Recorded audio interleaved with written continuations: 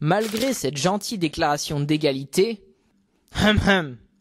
leur situation ne s'est pas tellement améliorée.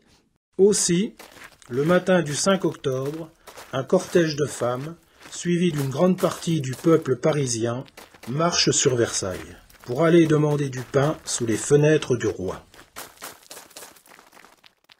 Une petite délégation d'entre elles obtiendra une audience avec le roi, qui les recevra en toute sympathie, et acceptera de faire distribuer du pain au peuple parisien.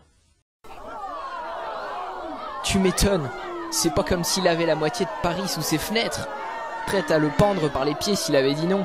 Malgré la docilité du souverain, des révolutionnaires vont réussir à entrer dans le palais et à pousser la famille royale à se barricader dans les appartements du roi. À l'assaut! Le peuple et l'Assemblée vont alors demander à Louis XVI de revenir habiter à Paris, ce qui est un symbole fort de la perte du pouvoir du roi. Tu m'étonnes qu'il est revenu. Revenez à Paris. Oui, j'ai toujours adoré Paris, de toute façon. C'était juste une petite escapade, vous voyez. Joli faux, au passage. Suite au retour du roi à Paris, un nouvel ordre social plus juste est établi. Bof. Comment ça, bof? Bof comme ça. Je vous assure que vous ne regretterez pas votre achat. Ce domaine appartient au duc de la Fleur d'Oranger de la Madeleine. Je l'ai racheté quand il a perdu ses biens. Je n'en doute pas. Mais dites-moi, j'ai entendu que vous comptiez vous présenter à l'Assemblée. Il va vous falloir payer un impôt pour vous présenter, si je ne m'abuse. Eh bien, vous imaginez, si on ne devait pas payer, n'importe qui pourrait être au pouvoir. Même cet homme là-bas. Il est vrai qu'il fallait à l'époque payer pour pouvoir se présenter et exercer le pouvoir. Le gouvernement était réservé à la bourgeoisie. Qui avait fait bien attention à écarter le peuple du pouvoir. Donc les choses n'avaient pas tellement changé, malgré le nouvel ordre établi. Cependant, la situation reste stable. Les choses vont basculer le 20 juin 1791 avec la fuite du roi.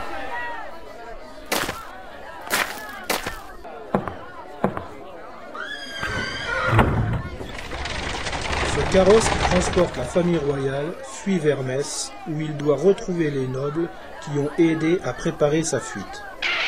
Je me tire. Y en a marre d'être un roi sans pouvoir. Mais ils n'iront jamais jusque Metz, et la faute en revient au roi.